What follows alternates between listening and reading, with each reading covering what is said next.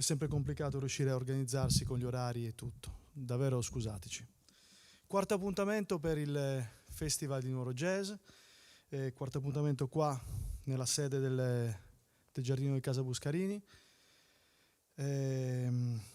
Questo pomeriggio abbiamo avuto il concerto di Bebo Ferra presso lo Spazio Risso, che ringraziamo sempre per la gentilezza del luogo incantevole che ci riserva per i nostri concerti, come ringraziamo il dottor Picquereddu e il dottor Magia per questo spazio meraviglioso e come ringraziamo voi di essere qua ogni sera.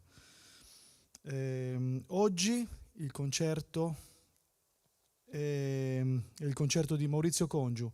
Maurizio Congiu è stato nostro allievo in passato, esattamente nel 2004, vinse una borsa di studio e poi dopo qualche anno ancora di apprendistato decise di trasferirsi a Parigi, quindi in Francia, e di portare avanti là la sua carriera.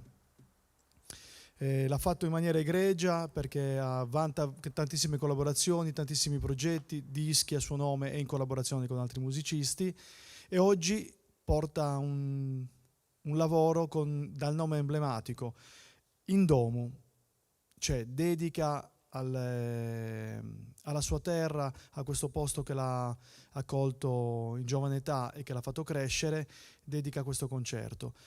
È anche il suo compleanno oggi e quindi magari lo accoglierei poi con un grande applauso per il suo compleanno.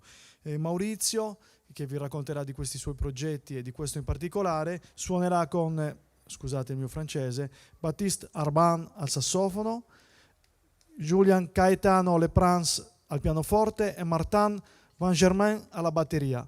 Maurizio Congiu.